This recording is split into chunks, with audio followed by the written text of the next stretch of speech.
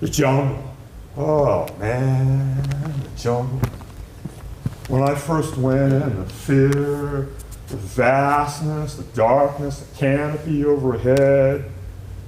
I'd be standing on the trail loading up my pack and my weapon struggling into 50 pounds of gear and trying to jam my weapon on my back. And I'd get loaded up, put my helmet on, I'd take a step and I'd be in the sunlight.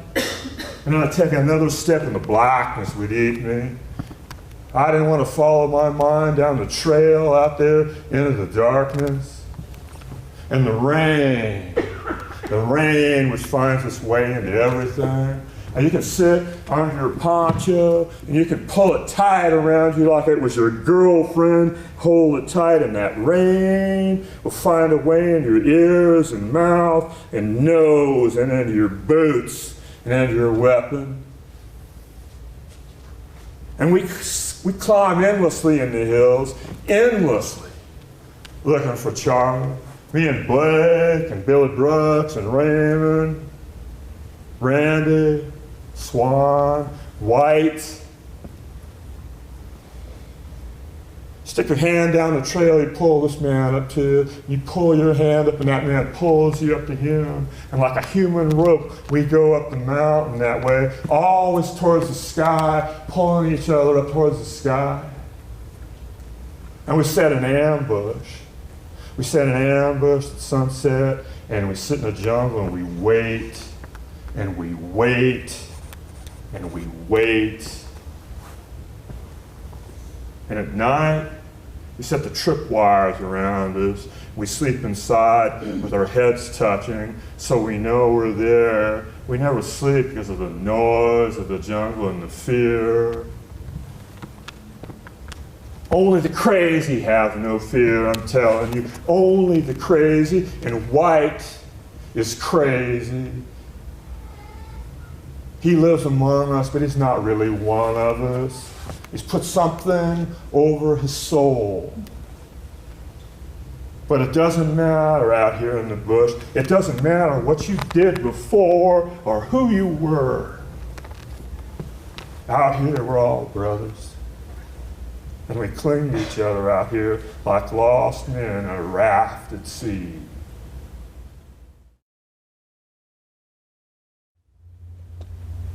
I was dreaming.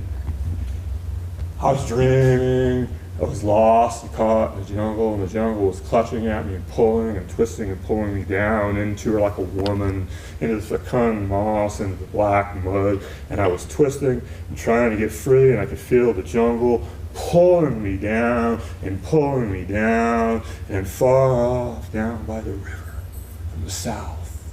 I hear the choppers coming to get me. Listen to the choppers. Tom, thump of the chopper blades coming to get me. And I was praying.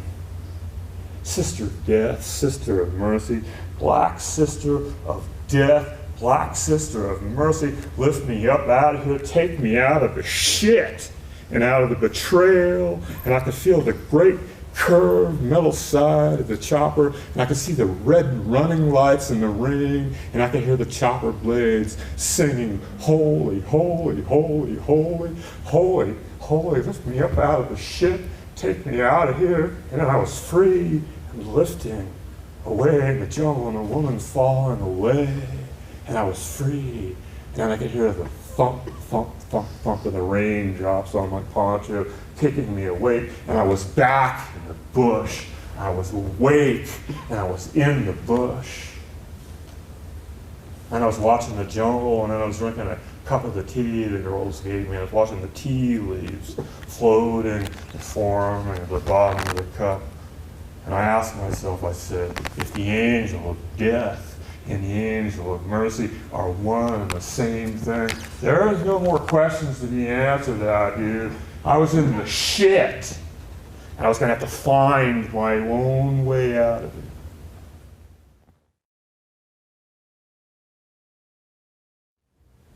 I was so happy my tour of duty was over. And we drove down to the chopper field. I caught a flight to Saigon. And suddenly I was home. My friends were dead, Johnson, Brownie. And I was walking up the driveway to my father's house, I was two people then. I was one person looking forward, and I was one person looking backwards. And then I saw the love in my father's eyes when he threw the door open, and my duffel bag hit the doorway, and I walked into the house, and the neighborhood looked just the same, achingly the same. That long, hot street was quiet and gold, just like all the summers past. And I could hear the kids at the swimming pool, and at the ballpark playing baseball. Just when I thought I was that kid, that same kid belonged here in the neighborhood. It's when the ghosts of the dead came along the back fence, and they stood alongside me in the front yard. I slowly made enemies out of all those neighbors. We're killing them, aren't we? We gotta kill them all, don't we? I mean, we're winning this war, aren't we?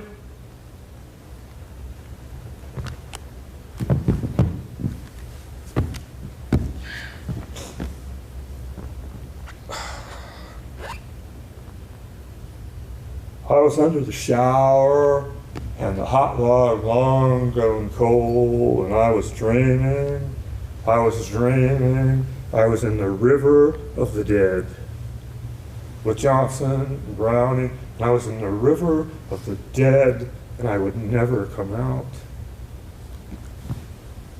And when the monsoons came, they washed away the bricks Papa San put in front of the bar, and the water got too swift and deep, and then nobody came, and then Mama San, Papa San, I was sitting at the bar alone late at night, smoking cigars late at night alone in the bar, and I would never come out.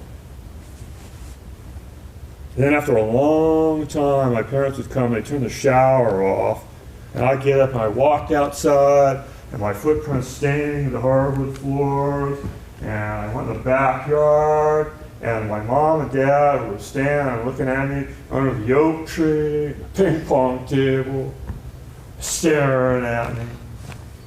They wanted me to be the same as I was before, but I never could be. I'd seen too much.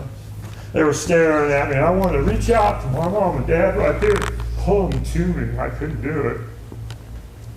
And one day, walking down the hall, my mom grabbed me and she said, "You're pale, Jamie. You look like you're dying." And I knew I had to get out of there. And so one fall day, I took everything I owned, I stuck it in a paper bag, and I walked out of that neighborhood, fall day, and the leaves turning rust and gold, and the tree limbs over my head like fingers touching.